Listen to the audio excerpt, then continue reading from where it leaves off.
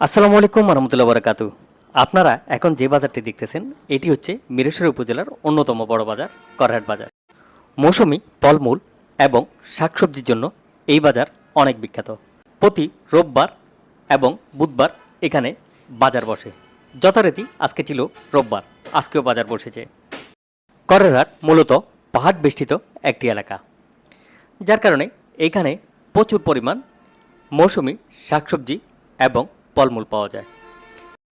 বিশেষ করে কাঁঠাল, লেবু, আনারস, জাম এই টাইপের ফলগুলো বেশি পাওয়া যায়। যেহেতু আস্তে আস্তে আম কাঁঠালের সিজন আসতেছে, ইতিমধ্যে করহাট বাজারে কাঁঠাল উঠেছে। আরেকটা বিষয় আপনাদের ক্লিয়ার করি, আমার পেজের যখন বিয়ে কমে যায় আমি তখন করহাট বাজারে চলে আসি।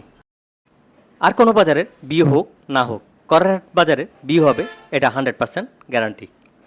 গত কয়েকদিন ধরে আমার ভিডিওর ভিউ তেমন হচ্ছে না, তখন আমি একজন থেকে পরামর্শ নিলাম কি করা যায়। সে বলল লাগা করহাট। যাক, বিষয়টা একটু মজা করে বললাম, কিন্তু এটা সত্য, করহাট মানুষ আমাকে অনেক বেশি ভালোবাসে। বিশেষ করে করহাটে যারা প্রবাসী তারা আমার ভিডিও প্রচুর পরিমাণ দেখেন।